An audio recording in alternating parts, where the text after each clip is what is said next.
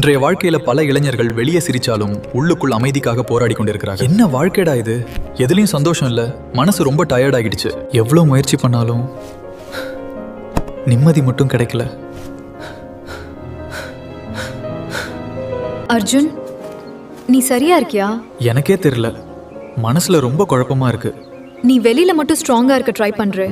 நீ மன அமைதியை வெளியில தேடுற, ஆனா உண்மையான அமைதி உள்ளதான் இருக்கு. அதை எப்படி ஃபீல் பண்ண முடியும்? அதுக்கு தான் மெடிடேஷன் உதவும். பிரம்மகுமாரிஸ் ராஜயோகா மெடிடேஷன் மனசை காம் பண்ண கற்றுக் கொடுக்கும். நெகட்டிவ் தாட்ஸை ஸ்லோலி ரிமூவ் பண்ணும். உள்ளுக்குள் ஹீலிங் ஸ்டார்ட் ஆகும். நானும் கத்துக்கணும். கண்களை மூடு. நான் அமைதியான ஆன்மா, எனக்குள் சக்தி இருக்கிறது. எல்லா பயங்களையும் விடு.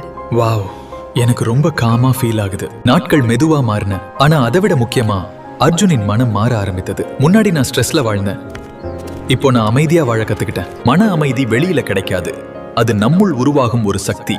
ஒரு நல்ல தாட், ஒரு அமைதியான மனம் ஒரு புதிய வாழ்க்கையை உருவாக்க முடியும்.